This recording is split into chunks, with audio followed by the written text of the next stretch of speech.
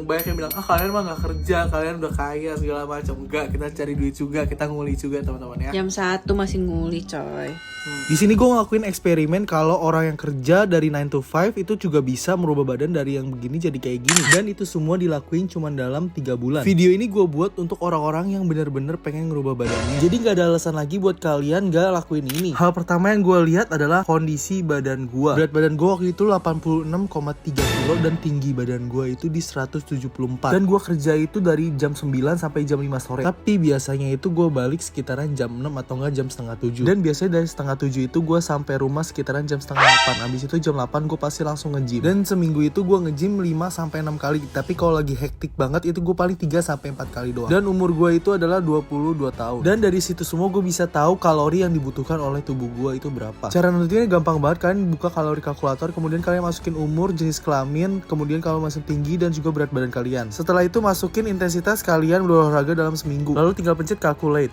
Nah dari situ kalian bisa tahu kebutuhan kalori kalian. Dan dalam proses 3 bulan itu gue makanan semuanya masak sendiri supaya gue bisa tahu kalori yang masuk ke dalam tubuh gue. Nasi 150 gram dan Jadi yang terpenting itu dalam proses 3 bulan ini adalah makanan yang masuk ke dalam tubuh kalian. Meskipun kalian udah latihan, nge-gym, bolak-balik segala macam dan setiap hari, tapi makanan kalian masih kayak gini, itu sama aja sia-sia guys. Dan biasanya gue juga meal prep dibantu sama cewek gue juga. Jadi simple banget, gue tinggal grill aja makanan yang udah di meal prepin itu. Jadi gue udah membuktikan kalau gue bisa ngerubah badan gue dari yang gini jadi kayak gini dalam waktu 3 bulan. Ingat semuanya ada proses, nggak ada yang instan. Jadi enjoy aja proses kalian. Bentar lagi udah mau akhir tahun, gimana resolusi kalian di awal tahun 2025?